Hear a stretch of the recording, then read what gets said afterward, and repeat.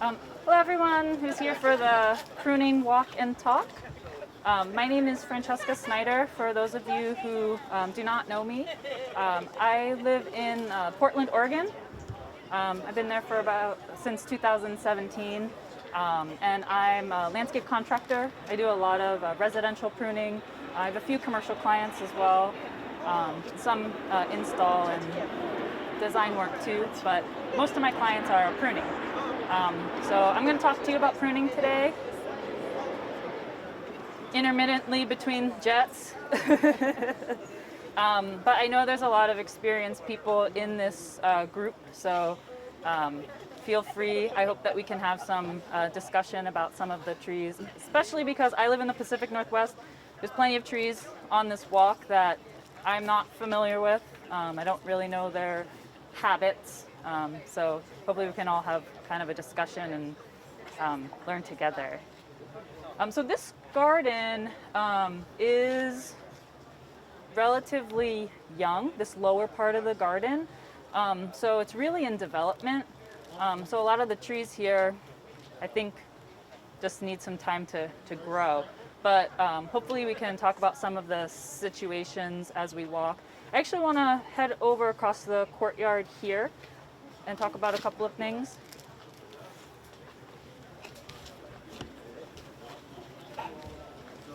Idea. I mean, I am wearing my pruners and things, but I'm not going to cut anything. we're just going to talk. This is typically what I wear when I am working.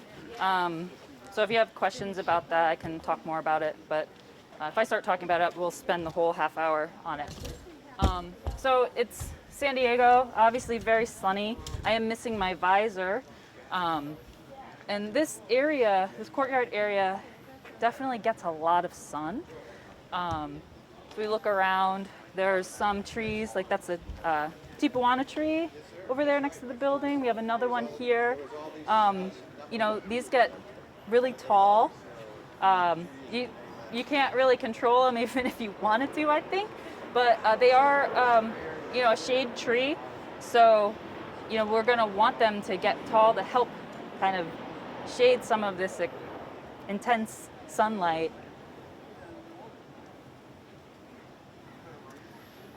When I first walked down into this area, I saw this crepe myrtle, and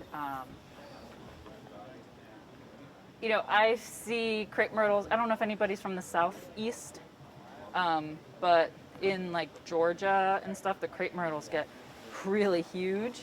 I imagine that they also have the potential to do that here. So I imagine that this, I mean, you can see how much growth it puts on in a season. So this canopy, I think, will get really tall if it's not pruned to stay small. One thing that's nice about crepe myrtles, though, is they have a beautiful bark. So, you know, we'll get a little bit closer to some of them on this pathway, and you can really see the bark pattern. So even if the canopy does get tall and you are not interacting with the foliage, you can interact with the bark because it is a really nice feature.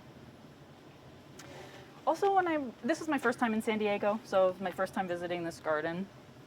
And when I walked down here, I was like, okay, these pine trees, I'm thinking, well, what's like the long-term plan for them?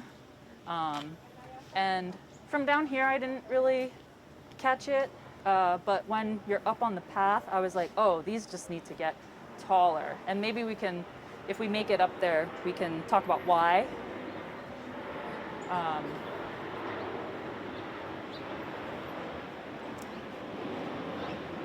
Yeah, let's just walk up the pathway though. Plant material.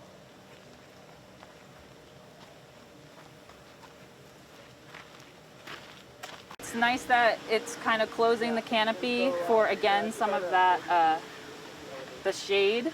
But how do you manage an interaction? And we're going to see that a lot as we continue up the path, these different canopies coming together and interacting. So if one branch from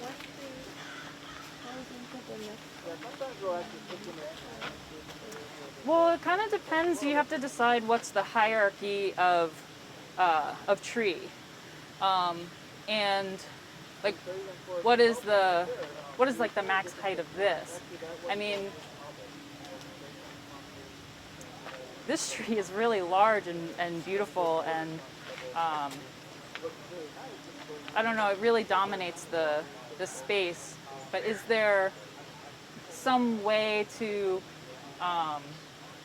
you know, give some space for this tree, and or do you remove branches from this tree? And for me to come into this garden, I don't know that I would make those decisions. I think it would be like the vision of you know, the designer, or you know, the curator of the space. Process what this tree is going to be in relationship to this one? I mean, I would, yeah.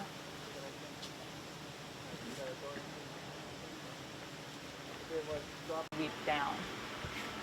Now, this is something that I'm a little confused about, because this tree looks really newly planted. You know, it still has its tags on, and still has a stake, but it seems to me like it doesn't really have a lot of space here. So I'm not sure. We have a lot of understory plantings here.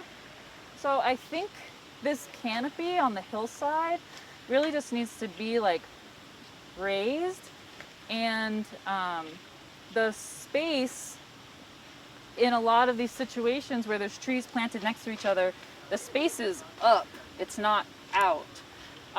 So if we can raise the canopy, then we'll be able to appreciate these understory plantings a little bit more. And I do feel like coming into this space, although we do want shade, does feel some pockets are a little bit dark, but once that canopy grows and raises up, I think that it won't be as dark in some areas. Now, when you're walking in an area like this with these pathways, some of the plants, you know, you're really close to them, so there might be some plants where you want to do a little bit of detail work, especially in maybe like a path junction or around a turn. I'll give you an example up the hill a little bit. So this is one of those examples where, you know, there's this really hairpin turn, which I think highlights this camellia. You know, you see it from all angles. So this is a plant that I might take some time to do some fine pruning on it. So right now we have some branches that are really like hanging down, and can you imagine once these start to flower, you know, it's really going to pull the plant down. So I think I'd like to thin that up a little bit and just get some of the weight off. And as you tip prune these, you know, it will encourage growth further in on the plant too. But camellias are a plant that you can really do some beautiful fine pruning on them and really see their branch structure, which is really nice. It's worth the time, especially with something that is this close to the pathway. And another place to really take some time with some of the specimen plants is areas where you sit, or where you're looking at a feature like a waterfall or something. This path, we won't go down it just because the group is kind of big. It dead ends over there. But there's a maple tree that's kind of growing into another tree.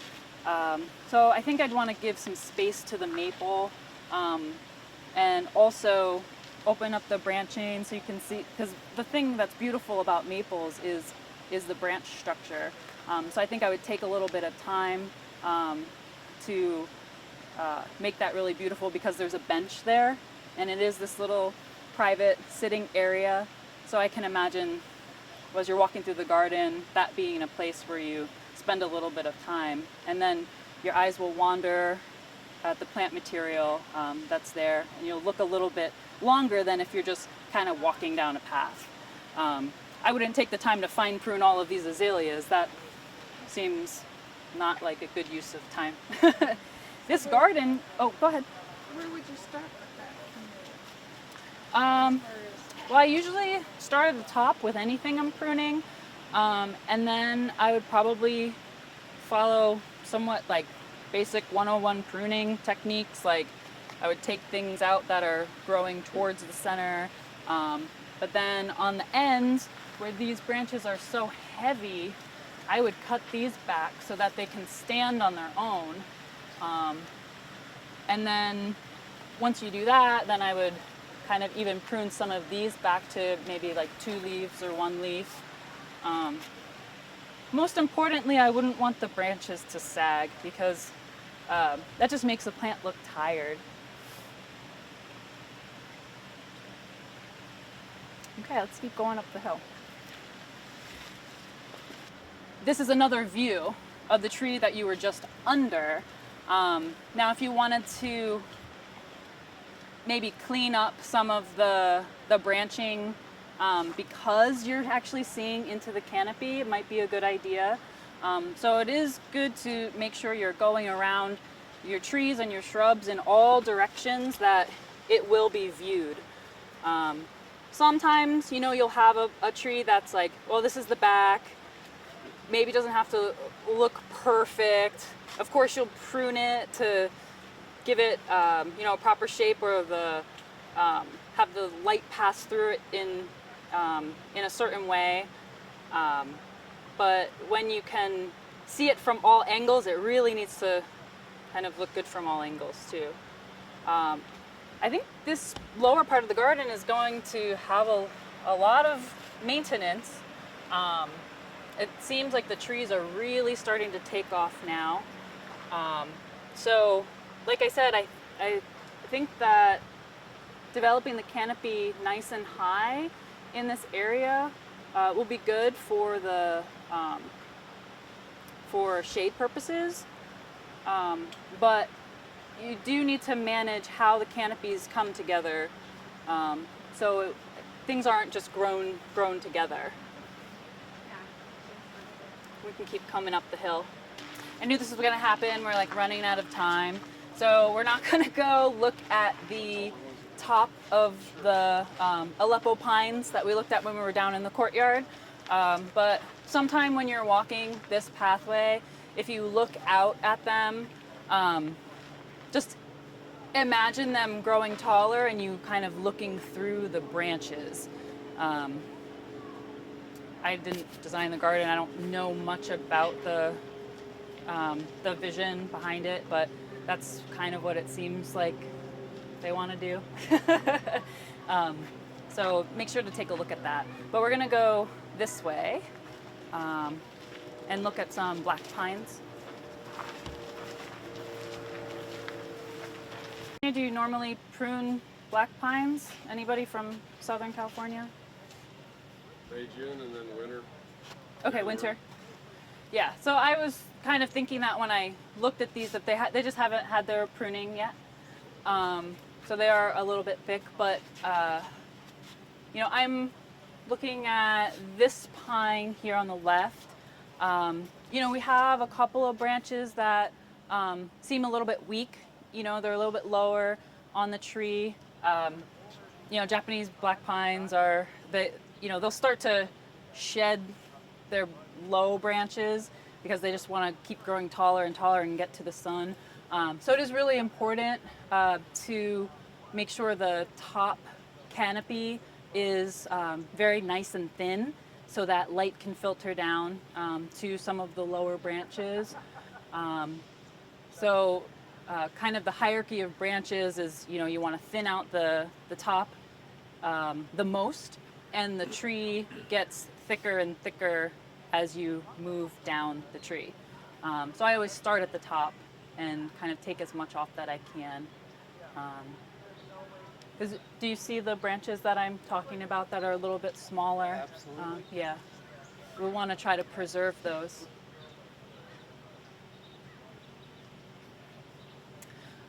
So if you go to the upper garden, you know, things are manicured really well up there. You know, and the plant material is very tight, but it's also a smaller space. So here, like the pittosporum is a lot looser than up there, but it's also a different environment. So when you're pruning, not everything gets pruned the exact same way, just because it's the same plant. You have to take in consideration what type of area you're in. This is a lot more like open, free, so a lot of the pruning will be a little bit looser. Does anybody have any questions? No? Okay. Oh. Talk about the shrubs more. Sorry, I'm not familiar with the plants. You said Pisciforum? Pittosporum, Okay. that's what these shrubs are. Even though you might not trim them all the same, how would you treat the space between the different specimens? I think I would still give show some definition between each plant, but not very tight. I don't know, do you know what I mean by tight? Yeah. Okay. Yeah. So these aren't going to be as manicured. They're not going to be. Yeah, they're not going to be these sheer. perfect shaped, you know, Like half Kalamata spheres. Yeah, they'll still have that general shape, but just not very tight. I understand. Okay. It just seems like a large mass almost. I'm not sure how I would approach this environment, so I didn't know. Yeah, I mean, I think remove a some. large mass is great. Okay. I would just show a little bit of definition between the plants so you get like a rolling, and it might not be like every single plant is defined. It might be maybe there's a group of 3 that works as one, and kind of have a rolling hill within the hill. Give some definition. Yeah, I get you.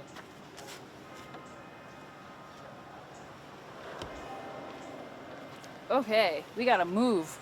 That's the only time they look here. When they're sitting and eating something.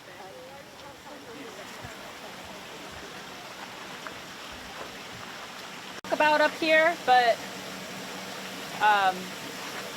you know, obviously when you're crossing the bridge, you hear the water and you can kind of see that there's a waterfall up here. Now, I wouldn't open these trees up so you can get a clear view of the waterfall or anything. You know, you definitely want to have that mystery. So, but this tree here, kind of right at the entrance of this Garden of Enlightenment, I think I'd open it up a little bit. You know, I don't see this tree much around the garden. Did anybody else notice this anywhere else? This tree? No? I didn't see another one. So because it's kind of there's only one here, I would probably open it up a little bit so we can get some characteristics of the tree and treat it a little bit like a specimen.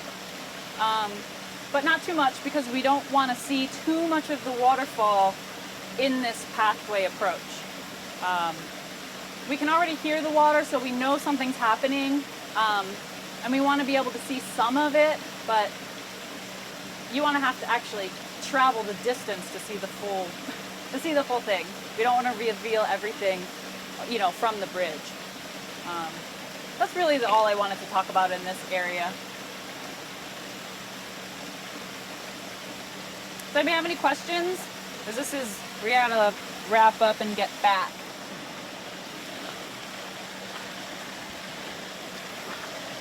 Back to the pavilion area, so you can take either the bridge or the stepping stones. I'll have to think for a minute.